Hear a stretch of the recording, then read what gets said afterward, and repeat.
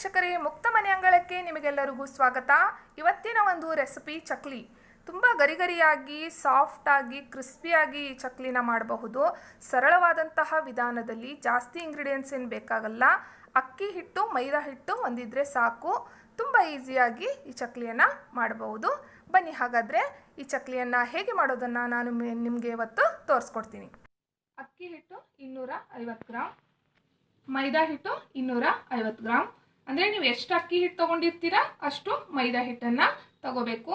1 ಲೋಟ ಅಕ್ಕಿ ಹಿಟ್ಟು ತೊಗೊಂಡ್ರೆ 1 ಲೋಟ ಮೈದಾ ಹಿಟ್ಟು ತಗೋಬೇಕಾಗುತ್ತೆ. ನಾನು 2 ಲೋಟ ಅಕ್ಕಿ ಹಿಟ್ಟು ಮತ್ತು 2 ಲೋಟ ಮೈದಾ ಹಿಟ್ಟನ್ನು ಇಲ್ಲಿ ತಗೊಳ್ತಾ ಇದ್ದೀನಿ. ಕಾದ ಎಣ್ಣೆ, ಇದನ್ನು 60 ml ನಾನು ಬಿಸಿ ಎಣ್ಣೆನ ತಗೊಂಡಿದ್ದೀನಿ. ಈ ಸ್ಪೂನಿಂದ ನೀವು 6 ಸ್ಪೂನ್ ಟೇಬಲ್ ಸ್ಪೂನಿಂದ 6 ಸ್ಪೂನ್ ಎಣ್ಣೆನೂ ಸಹ ತಗೋಬಹುದು. 2 ಸ್ಪೂನ್ ಜೀರಿಗೆ, 1.5 ಸ್ಪೂನ್ ಅಜ್ವೈನ್. ಅಜ್ವೈನ್ ಅಂದರೆ ಓಂ ಕಾಳು. ಇದು ಯಾವುದಾದ್ರೂ ದಿನಸಿ ಅಂಗಡಿಯಲ್ಲೂ ಸಹ ಸಿಗುತ್ತೆ. 2 ಸ್ಪೂನ್ ಎಳ್ಳು, 2 ಚಿಟಿಕೆ ಸೋಡಾ, 2 ಸ್ಪೂನ್ ಅಚ್ಚ ಖಾರದ ಪುಡಿ. ಇದನ್ನು ನೀವು ಜಾಸ್ತಿನೂ ಬೇಕಾದರೆ ಸ್ವಲ್ಪ ಹಾಕೋಬಹುದು. ಅಂದರೆ ಖಾರ ಯಾವ ಥರ ಬೇಕೋ ಆ ರೀತಿ ನೀವು ಬಳಸ್ಕೊಳ್ಳಿ. ರುಚಿಗೆ ತಕ್ಕಷ್ಟು ಉಪ್ಪು, ಡೀಪ್ ಫ್ರೈ ಮಾಡಲು ಎಣ್ಣೆ, ಕಲಿಸ್ಕೊಳ್ಳೋದಕ್ಕೆ ಬಿಸಿ ನೀರು. ಒಂದು ಪಾತ್ರೆಯಲ್ಲಿ ಅಕ್ಕಿ ಹಿಟ್ಟು, ಮೈದಾ ಹಿಟ್ಟನ್ನು ಹಾಕ್ಕೊಂಡು 2 ಮಿಕ್ಸ್ ಮಾಡ್ಕೊಳ್ಳಿ. ಚೆನ್ನಾಗಿ ಈ ರೀತಿ ಮಿಕ್ಸ್ ಮಾಡ್ಕೊಳ್ಳಿ. ಒಂದು ಕುಕ್ಕರಲ್ಲಿ ಈ ರೀತಿ ಪ್ಲೇಟ್ ಇಟ್ಕೊಳ್ಳಿ. ಒಂದು ಸ್ವಲ್ಪ ನೀರು ಹಾಕ್ಕೊಳ್ಳಿ, ಒಂದು ಅರ್ಧ ಲೋಟದಷ್ಟು. ಕುಕ್ಕರ್ ಪಾತ್ರೆಯಲ್ಲಿ ಹಿಟ್ಟನ್ನು ಈ ರೀತಿ ಹಾಕ್ಕೊಳ್ಳಿ. ಕುಕ್ಕರ್ ಪಾತ್ರೆ ಇಲ್ಲ ಅಂದ್ರೂ ನೀವು ಅದಕ್ಕೆ ಸೂಟ್ ಆಗುವಂತಹ ಬೇರೆ ಪಾತ್ರೆಯಲ್ಲೂ ಸಹ ನೀವು ಹಿಟ್ಟನ್ನು ಹಾಕೋಬಹುದು.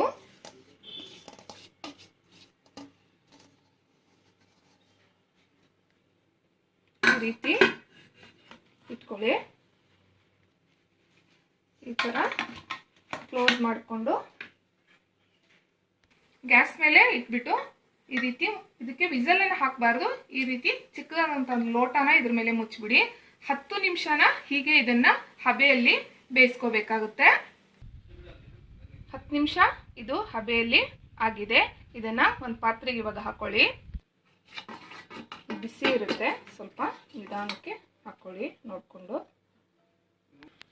ಈ ಥರ ಸ್ವಲ್ಪ ಗಟ್ಟಿಯಾಗಿರುತ್ತೆ, ಅದನ್ನು ನೀಟಾಗಿ ಮಿಕ್ಸ್ ಮಾಡ್ಕೊಳ್ಳಿ.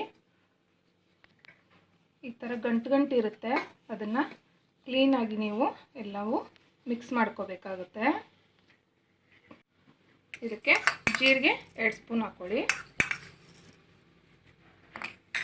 ಅಜ್ವೈನ್ 1.5 ಸ್ಪೂನ್ ಹಾಕ್ಕೊಳ್ಳಿ. ಇದನ್ನು ಕ್ರಷ್ ಮಾಡಿ ಹಾಕ್ಕೊಂಡ್ರೆ ಚೆನ್ನಾಗಿರುತ್ತೆ. ಈ ರೀತಿ ಕೈಯಲ್ಲಿ ತಗೊಂಡು ಕ್ರಷ್ ಮಾಡಿ ಹೀಗೆ ಹಾಕ್ಕೊಂಡ್ರೆ ಫ್ಲೇವರ್ ಚೆನ್ನಾಗಿರುತ್ತೆ. ಎಳ್ಳು 2 ರಿಂದ 2.5 ಸ್ಪೂನ್ ಹಾಕ್ಕೊಳ್ಳಿ. ಅಚ್ಚ ಖಾರದ ಪುಡಿ ಒಂದು 2.5 ಸ್ಪೂನ್ ನಾನಿಲ್ಲಿ ಹಾಕ್ಕೊಂಡಿದ್ದೀನಿ. ನೀವು ಖಾರ ಜಾಸ್ತಿ ಬೇಕಂದರೆ. ಚಿಟಿಕೆ ಸೋಡಾ, ನಾನು ಇಲ್ಲಿ ಇಷ್ಟು ಸೋಡಾನ ತಗೊಂಡಿದ್ದೀನಿ. ಒಂದು 2 ಚಿಟಿಕೆ ಸೋಡಾನ ಹಾಕ್ಕೊಳ್ಳಿ. ರುಚಿಗೆ ತಕ್ಕಷ್ಟು ಉಪ್ಪನ್ನು ಹಾಕ್ಕೊಳ್ಳಿ.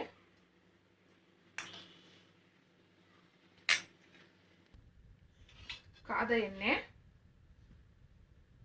ಒಂದು 50 ರಿಂದ 60 ml ಎಣ್ಣೆನ ತಗೊಂಡಿದ್ದೀನಿ. ಇದನ್ನು ಈ ರೀತಿ ಚೆನ್ನಾಗಿ ಮಿಕ್ಸ್ ಮಾಡ್ಕೊಳ್ಳಿ. ಎಣ್ಣೆ ಬಿಸಿ ಇರೋದ್ರಿಂದ ಸ್ಟಾರ್ಟಿಂಗಲ್ಲಿ ಒಂದು ಸ್ಪೂನಿಂದ ನೀವು ಮಿಕ್ಸ್ ಮಾಡ್ಕೊಳ್ಳಿ, ಆಮೇಲೆ ಕೈಯಿಂದ ಮಿಕ್ಸ್ ಮಾಡ್ಕೋಬೋದು. ಈ ಥರ ಎಣ್ಣೆ ಹಾಕ್ಕೊಂಡಿರ್ತೀವಲ್ವಾ, ಎಲ್ಲ ಹಿಟ್ಟಿಗೆ ಎಣ್ಣೆ ಈ ಥರ ಕ್ಲೀನಾಗಿ ಹತ್ಕೋಬೇಕು. ಆ ರೀತಿ ಮಿಕ್ಸ್ ಮಾಡ್ಕೋಬೇಕಾಗತ್ತೆ. ಈ ರೀತಿ ಹಿಟ್ಟು ಮಿಕ್ಸ್ ಆಗಿದೆ ನೋಡಿ. ಉಂಡೆ ಮಾಡಿದ್ಮೇಲೆ ಈ ಥರ ಬರಬೇಕು. ಮಿಕ್ಸ್ ಮಾಡ್ಕೋಬೇಕಾಗುತ್ತೆ ನೋಡಿ. ಈ ಥರ ಬಿಸಿ ನೀರನ್ನು ಹಾಕ್ಕೊಂಡು ಸ್ವಲ್ಪ ಬಿಸಿ ನೀರನ್ನು ಹಾಕ್ಕೊಂಡು ಕಲಿಸ್ಕೊಳ್ಳಿ.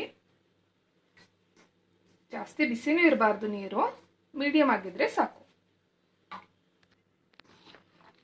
ಈ ರೀತಿ ಕಲಿಸ್ಕೋಬೇಕಾಗುತ್ತೆ.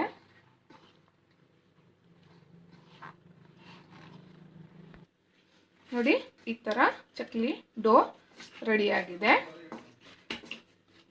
ಈ ಥರ ಮಾಡ್ಕೋಬೇಕಾಗುತ್ತೆ.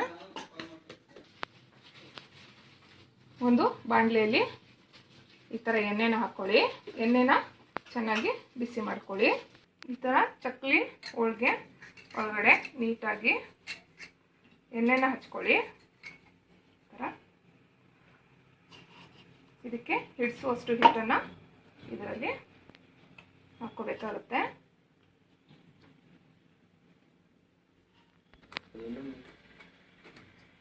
ಈ ಥರ ಕ್ಲೋಸ್ ಮಾಡ್ಕೊಳ್ಳಿ.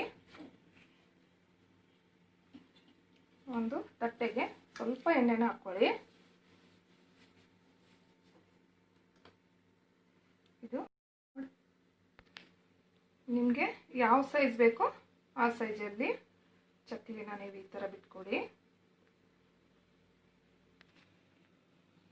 ಈ ಥರ ಪ್ರೆಸ್ಸಿಂಗು ಮಷಿನ್ ಸಿಗುತ್ತೆ, ಅದರಲ್ಲೂ ಕೂಡ ಸಹ ನೀವು ಚಕ್ಲಿಯನ್ನು ಬಿಟ್ಕೋಬೋದು.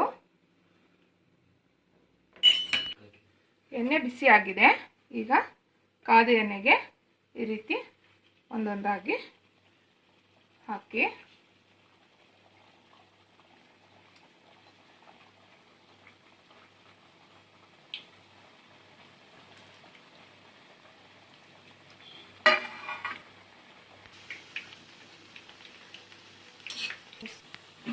ಚಕ್ಲಿ ಫ್ರೈ ಆಗ್ತಾ ಇದೆ. ಸ್ವಲ್ಪ ಗೋಲ್ಡನ್ ಬ್ರೌನ್ ಆಗೋವಷ್ಟು ನೀವು ಫ್ರೈ ಮಾಡ್ಕೋಬೇಕಾಗುತ್ತೆ. ಕ್ರಿಸ್ಪಿಯಾಗಿ ಗರಿ ಗರಿಯಾಗಿ ತುಂಬ ಚೆನ್ನಾಗಿರುತ್ತೆ. ಒಂದ್ಸರಿ ಟ್ರೈ ಮಾಡಿ ನೋಡಿ. ನನ್ನ ವಿಡಿಯೋ ನಿಮಗೆ ಇಷ್ಟ ಆಗಿದ್ರೆ ಲೈಕ್ ಮಾಡಿ, ಕಾಮೆಂಟ್ ಮಾಡಿ, ಸಬ್ಸ್ಕ್ರೈಬ್ ಮಾಡಿ, ಪಕ್ಕದಲ್ಲಿರೋ ಬೆಲ್ ಐಕಾನನ್ನು ಪ್ರೆಸ್ ಮಾಡಿ. ಹೈ ಫ್ಲೇಮಲ್ಲೇ ಇದನ್ನು ಡೀಪ್ ಫ್ರೈ ಮಾಡ್ಕೋಬೇಕಾಗುತ್ತೆ. ಫ್ಲೇಮನ್ನು ಸ್ವಲ್ಪ ಗೋಲ್ಡನ್ ಬ್ರೌನ್ ಆದಮೇಲೆ ನೀವು ಫ್ಲೇಮನ್ನು ಲೋ ಮಾಡ್ಕೋಬಹುದು. ಗೋಲ್ಡನ್ ಬ್ರೌನ್ ಆಗಿದೆ. ಇವಾಗ ಫ್ಲೇಮನ್ನು ಲೋ ಮಾಡ್ಕೊಳ್ಳಿ.